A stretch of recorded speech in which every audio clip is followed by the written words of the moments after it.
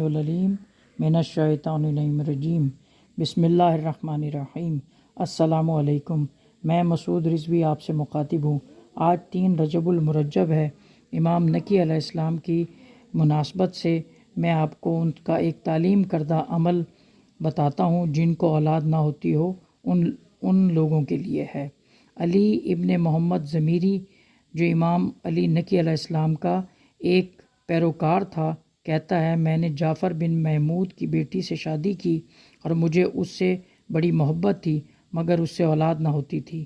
میں نے امام علی نقی علیہ السلام کی خدمت میں حاضر ہو کر اپنا مطلب عرض کیا۔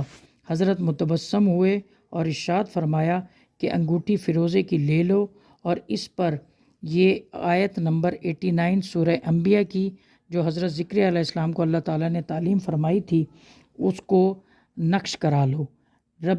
ربی لا تذرنی فردوں وانت خیر الوارثین۔ نقش کرا لیا۔ تعمیل حکم کی برکت سے 1 سال بھی نہ گزرنے پایا تھا کہ اسی عورت سے ایک لڑکا پیدا ہوا، علی ابن محمد ضمیری کے ہاں۔ اللہم صلی علی محمد و آل محمد۔